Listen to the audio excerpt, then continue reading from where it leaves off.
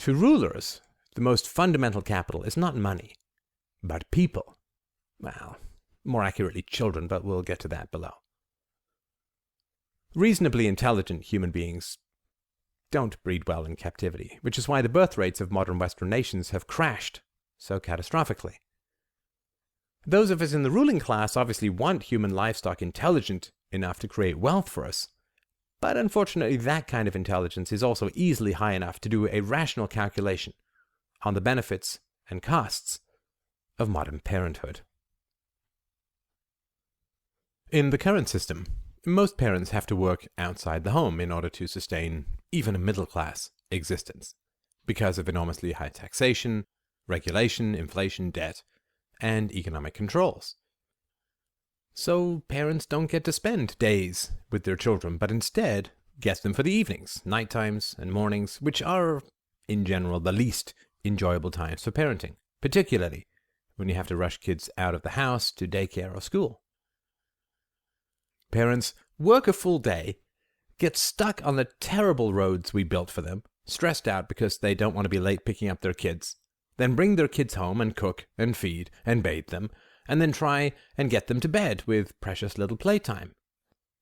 Mom and dad then fall into an exhausted, sexless bed, praying that their children don't wake up at night, and then have to rouse them at an artificial time, get them fed and clothed and out the door on a strict schedule, all of which is anathema to children, and then pay a significant amount of their after-tax income for strangers to take care of the children they so rarely see.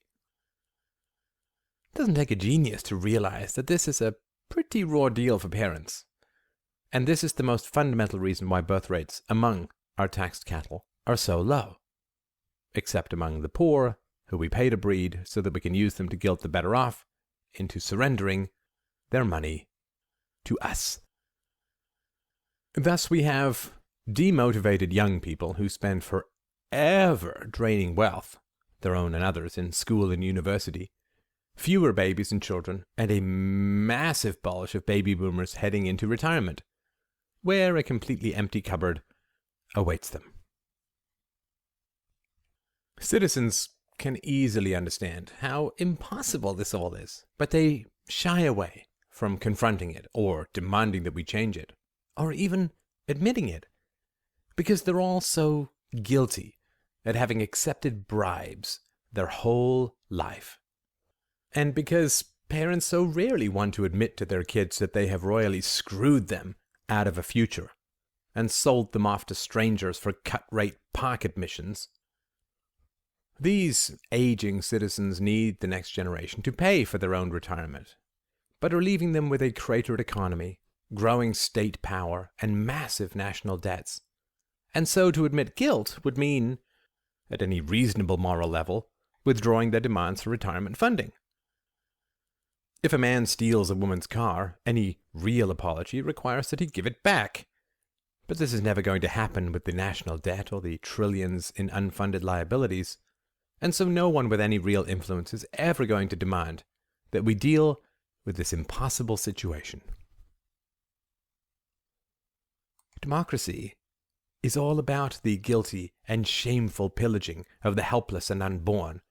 It corrupts moral responsibility to the point where almost everyone is far too guilty and entitled to take a moral stand for accountability. Get a man to take stolen goods, and he will never complain about theft. This is the essence of democracy. So, no worries there. The dependent classes. A key foundation of livestock management is bribery, which has an obvious benefit and a subtle one. The obvious benefit is that, say, artists and intellectuals who receive government money will never be fundamentally critical of government, taxes, and redistribution, for reasons too obvious to mention here. The more subtle benefit is that when you create an entire class of people dependent on government handouts, you divide the livestock into warring factions. Tasty. Those whose money is being stolen have a strong incentive to reduce state theft, while those who receive stolen money have a strong incentive to increase state theft. It is absolutely essential that you create and maintain conditions which foster slave-on-slave aggression. If rulers smack down the slaves directly, the livestock immediately become aware of their enslavement, which reintroduces the motivation problem. Efficient human masters thus ensure that the slaves attack each other. The benefits of this are almost too numerous to count, but a few will be mentioned below. Human beings, as interdependent tribal mammals, have evolved to be terrified of horizontal social attack, ostracism, and rejection. This is a core emotional vulnerability which can never be eliminated and will always serve you well. Prehistoric man could not live without the support of the tribe, and so the need for social acceptance was programmed into the very base of his brain as a core survival mechanism. The philosophers who serve power, mostly priests and academics, have layered onto this basic mechanism the additional power of ethics. Ethics is a claim to a universal principle of preferred behavior, which has the enormous benefit of being easily internalized by the slave classes. If you can get slaves to attack themselves for daring to question the existing social structure, you will not have to lift a finger to keep them in their chains. They will, in fact, attack anyone holding a key. As a backup, you must always have a group of slaves willing to attack anyone who mentally frees himself from your false ethics. This enforcement will always come from two main areas: the family and the media. The slave family. Deep down, slaves always know that they're slaves, and their only real enslavement is resisting this knowledge. Prior ruling classes did not trust this basic mechanism, and so were hesitant to substitute horizontal social control for vertical political violence. Now, we know better. All commonly accepted cultural myths are created by the ruling class and are essential lubricants for the wheels of power. The most common cultural myth is that your family is everything, the most important relationship, the most essential intimacy, the most fundamental social unit. This helps the ruling class in countless ways, not least of which is that it establishes and extends the principle that an accident of birth creates a fundamental and eternal moral obligation. Family thus equals country. Also, sports team, which is one reason why we fund them. Once you have enslaved one generation, most parents will almost inevitably resist the freedom of the next generation out of guilt and shame about their own surrender. We tell people to stay close to their families because their families will so often attack them for even thinking about leaving the cages of collective history. Let's look at the sequence. A man surrenders his liberty for petty cash and the illusion of security. He then becomes a father. His son questions his father's moral courage and integrity, and the father then attacks the son, chaining them in a cage they both rot in. For this cycle to be maintained, we must forever tell the son that his family is the most important thing in the world, more important than reason, evidence, truth, integrity, morality, you name it. He believes us, and if his family is not committed to his freedom, we, and they, will own him forever. This is the basic deal we offer to parents, just like priests. Give us your kids, and we'll teach them to honor and obey you no matter what, so you don't actually have to be a good person and earn their respect. True, not all parents take this unholy deal, but we just get the media to mock the homeschooled kids, and all is well. Furthermore, given the billions of people ensnared in the dependent classes the world over, it is a near certainty that at least one or more close family members will be dependent upon the existing system, and will then violently attack anyone who questions the morality and practicality of predatory democracy. Want to privatize education? Say hi to your teacher, Aunt Mamie, and let the fun begin. The media. A few people, however, will retain the strength to emerge from the slave class, and, particularly given the communications opportunities of the internet, may start broadcasting their message to a wider audience. In which case, it's important to pull the emergency backup attack switch called the mainstream media. How do you create slave-on-slave violence through the mainstream media? Again, subtlety and trust in the inevitability of human psychology is the key. First of all, you must never directly censor and control the media, or its inhabitants may rebel against your authority and reveal your naked aggression. Once the knowledge of slavery becomes inescapable, society inevitably and immediately collapses. And hiding this knowledge is the entire art and science of human ownership. Thus, you need to create a slow and increasing economic dependence in the media, rather than arresting and imprisoning its members. You do this by making reporters more and more dependent upon information from the government. It is much cheaper to simply rewrite a government press release than it is to spend weeks or months going undercover, interviewing subjects, verifying sources, and exposing yourself to legal complications in order to break a story outside the normal channels of communication.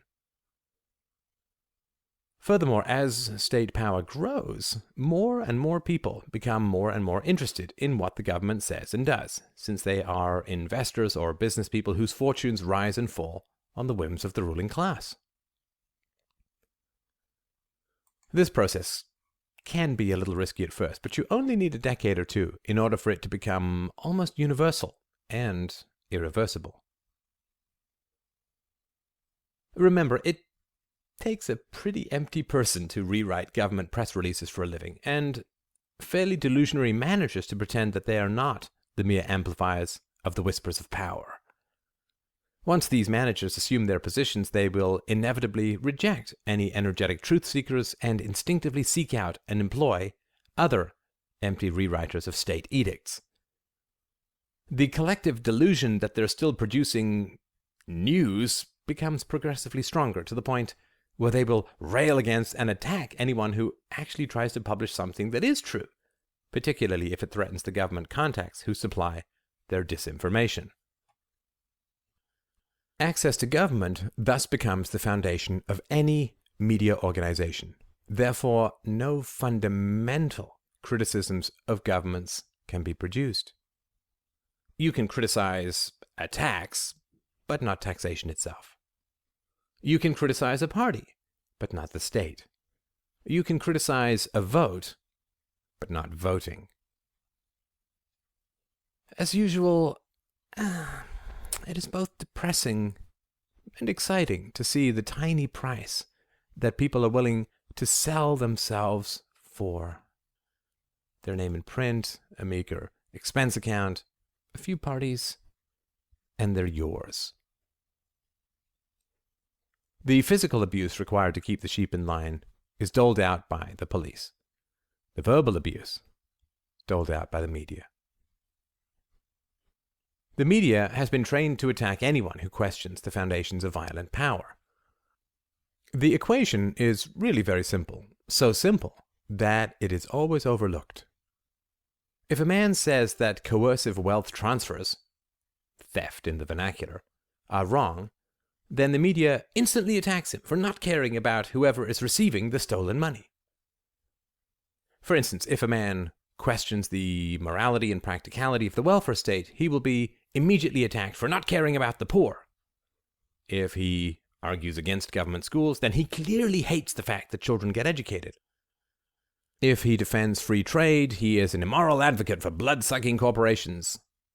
If he criticizes military budgets, he is a cowardly appeaser who wishes to surrender Fort Knox to Al-Qaeda. If he holds people morally accountable for their actions, he is punishing them for their past mistakes and playing the blame game. If he refuses to forgive unrepentant wrongdoers, he is nursing a grudge, and so on. If he argues that adult relationships are voluntary, then he is viciously anti-community. If he says that abuse should not be tolerated in relationships, then he is an intolerant absolutist bent on destroying all relationships. And yeah, this list can go on and on and on, and Lord knows it does every day, but you get the point. The wonderful thing is that you won't ever have to tell the media to do this. It just happens of its own accord, because people who are expert verbal abusers always rise to the top of the media pyramid because they're so useful to those of us in power. So we always give them access and exclusivity. You only need a few verbal abusers in charge, and everyone else will fall in line, because anyone who tries to stand up against them will be immediately smacked down and will face the horrifying spectacle of watching all their colleagues either take cowardly steps back or joining in the verbal assaults. I should probably have mentioned that priests, the best verbal abusers in history, left the church for socialism and the media, which is why the media tends to be so left-wing. The reason the media performs this service for us is very simple. We own their livelihoods through licensing, legal regulation, and access to information. If we decide to cut anyone off, his career is over. If anyone displeases us, we can threaten to pull the license of the entire organization because the rules are so Byzantine that we can nail someone for something at any time. Much like the tax code, it is a form of soft totalitarianism that we have perfected over the generations. The purpose of regulation is to control through rational anxiety rather than dictatorial terror. Prior dictatorships would shoot people, arrest and imprison them arbitrarily. This controlled people's bodies very effectively, but destroyed their entrepreneurial energies and motivations. It is far more effective to regulate and license and tax, and this is true for all industries, because potential dissidents then face their own foggy walls of vague anxiety, in which they will not face arrest and imprisonment, but rather lengthy legal complications, which they may eventually win, but which drain much of the joy out of living while they go on month after month, year after year. This is true for public sector unions as well. We don't make it illegal for a manager to fire a unionized employee because that would expose the system for the economic joke that it is. We just make it really, really lengthy and complicated and emotionally draining and confrontational and exhausting. That is the true perfection of soft totalitarianism. People will surrender to anxiety and still vaguely feel free. If you terrorize them directly, they tend to just collapse intellectually and emotionally. If the media were directly owned by the government, the propaganda would be clear. The indirect ownership of licensing and access to information is far more effective and powerful because it maintains the veneer of independence and critical thinking. Remember, this form of indirect ownership is the essence of modern democratic tax farming. It is a central truism of human nature that people always attack what they avoid. If a reporter imagines that he is some sort of free-thinking iconoclast, he is in complete denial about the reality of his enslavement. This denial always manifests itself in hysterical attacks against anyone who dares to point it out, or who actually is a freethinker. To sum up, if we attack the slaves, we lose. If the slaves attack each other, which is so easy to orchestrate, we win. At least for a time.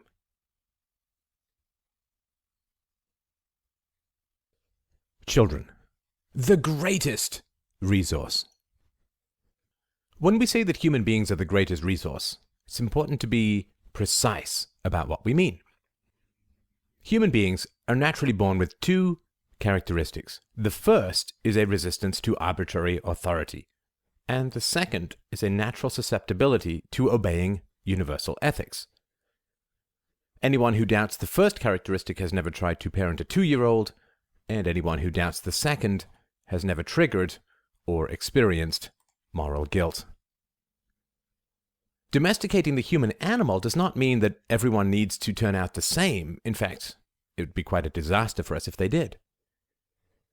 To most efficiently control the human farm, you need a majority of broken, self-attacking, insecure, shallow, vain, and ambitious sheep, forever consumed by inconsequentialities like weight, abs, and celebrities, and a minority of volatile, angry, and dominant sheepdogs, which you can dress up in either a green or a blue costume and use to threaten and manage the herd. Ruling classes have always had to separate children from their parents. Otherwise, it is almost impossible to substitute weird abstractions like the state or a god for the parent-child bond. Human children, like ducklings, will bond with whatever person or institution raises them, which is why we always need to get children, hopefully as young as possible, to bond with the state through government daycare and education, I guess, is the closest word. In the distant past, rulers made the error of forcibly removing children from their parents, which exposed their enslavement and so destroyed their motivation. In the late Middle Ages, children were farmed out to wet nurses, destroying the parent-child bond. In more recent times, the boarding school system separated children from their parents, destroying empathy and creating wonderfully brutal administrators and enforcers for a variety of European empires. See George Orwell. In our constant quest to perfect human ownership, we have found a far better way to break these family bonds and substitute allegiance to ourselves in the form of patriotism and or religiosity. It's one of these beautiful win-win situations that come along so rarely. Listen, first, we raised taxes to the point where it became very difficult to maintain a reasonable lifestyle if one parent stayed home with the children. We also funded feminist groups to the tune of billions of dollars, one of the greatest investments we ever made, to encourage women to abandon their children and enter the workforce.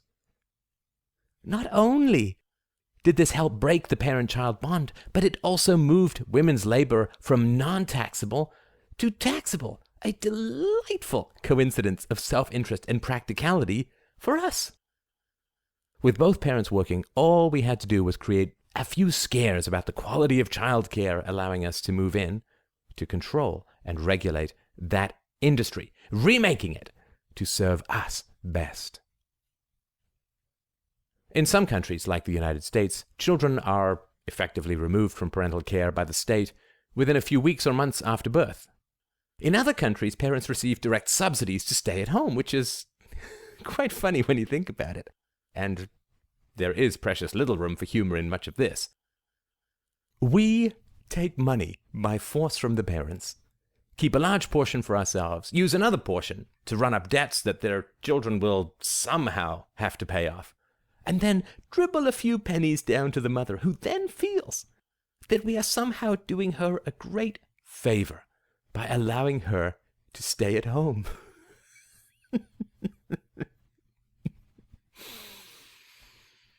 It's a delicious irony that everyone remains so totally blind to reality that they run to us to protect their children from all kinds of harm, while we are the ones selling off their children's future through national debts. It really is like hiring a thief to guard your property.